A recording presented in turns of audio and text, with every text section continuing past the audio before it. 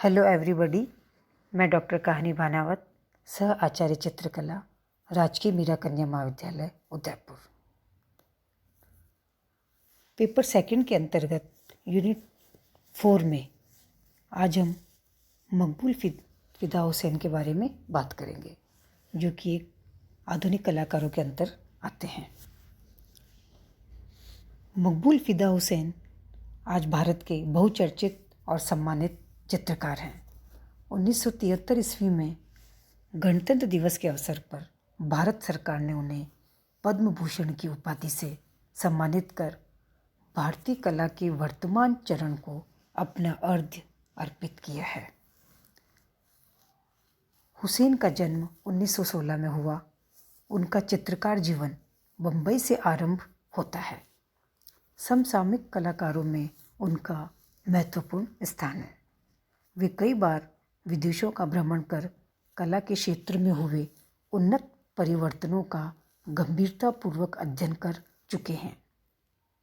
Europe, America, Singapore, चीन और Japan आदि देशों में उनके चित्रों की प्रदर्शनी हो चुकी है।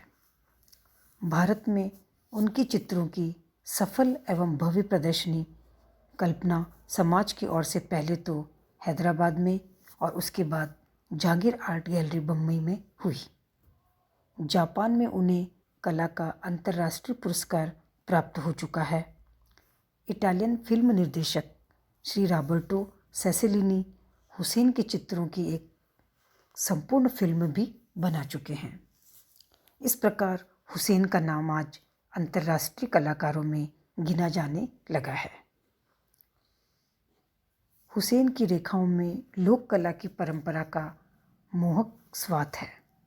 उन्होंने ऐन्द्रिकता को उभारने वाले नारी के कुछ सुंदर मांसल चित्र भी बनाए।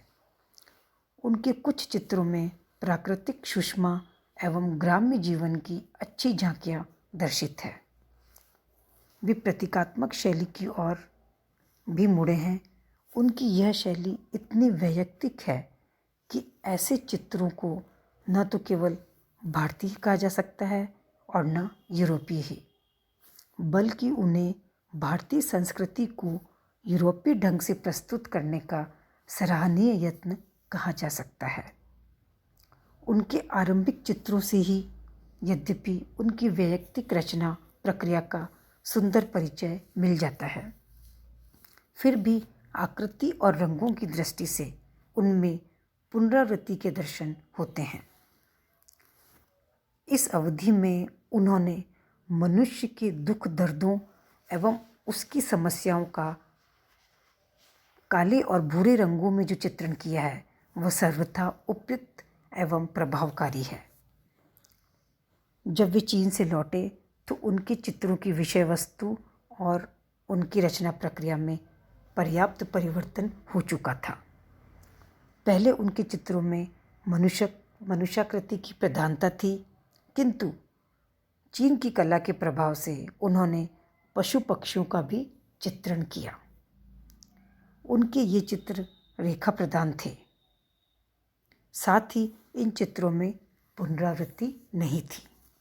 उनके तेल चित्रों का स्थान अब जल रंगों ने ले लिया था। हुसैन ने रागमाला से संबंधित चित्रों को बनाना भी आरंभ किया।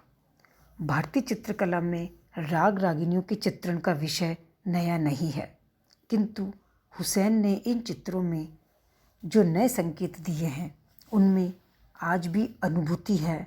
उनमें संगीत की अमूर्त ध्वनियों के सहज बिंब प्रतिध्वनित है। इधर उनने फाउंटेन पेन द्वारा रेखा चित्र या स्केच बनाने की ओर अधिक रुचि दिखाई दे रही है। उनके इस प्रकार के अनेक चित्र देखने को मिलते हैं। बैलगाड़ी शीर्षक उनके वाटर कलर चित्र में है। उनकी अभिरुचि लकड़ी के खिलौने की शैली की ओर उन्मुख है। उसमें रूप रंग की सादगी पर्याप्त और पृष्ठभूमि में काले रंगों के प्रयोग से ग्रामीण वातावरण का स्वाभाविक चित्रण किया गया है। हुसैन की ढोलकियाँ उनके जलीय चित्रों का अच्छा नमूना है। उनकी इन कृतियों में मानवाकृतियों का सुंदर रुझान है। उनकी अपनी दृष्टि में जमीन शीर्षक चित्र उनकी सर्वश्रेष्ठ रचना है, जो national gallery of modern art नई दिल्ली में संग्रहीत है। इसके पीछे वे 15 वर्ष का परिश्रम मानते हैं। 1971 में ब्राज़ील में उनकी महाभारत सीरीज़ के 30 चित्र पिकासो के चित्रों के साथ भी प्रदर्शित हो चुके हैं।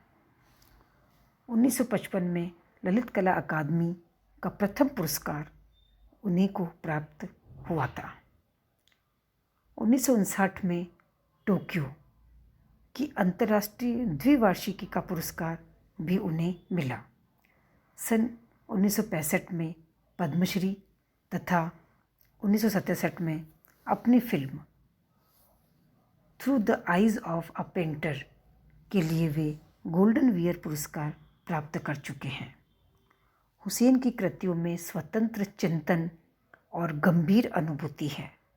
उनमें बौद्धिक पशुपेश की अपेक्षा भावुकता का प्राधान्य है।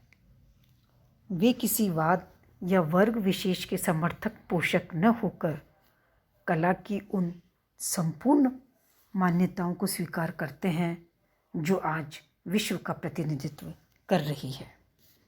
उनकी मृत्यु 9 जून 2011 को हुई।